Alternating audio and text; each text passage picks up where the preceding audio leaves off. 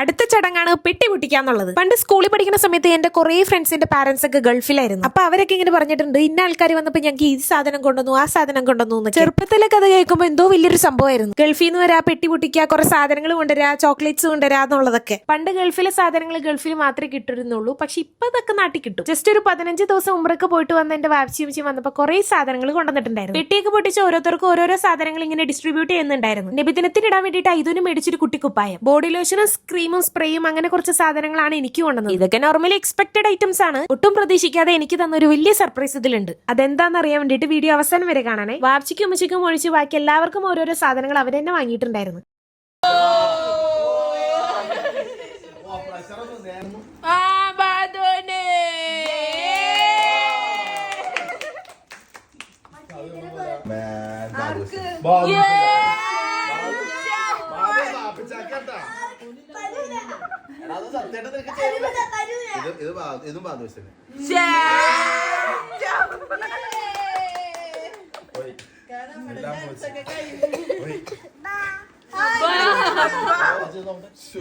അവിടെ പൊട്ടിന്ന് അപ്പൊ ഉന്നായിരിക്കാനാണ് വിളിക്കുന്നത്.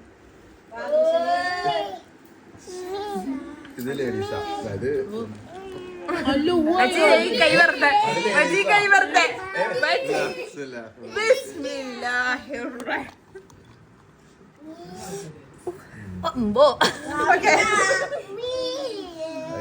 ആപ്പിളിന്റെ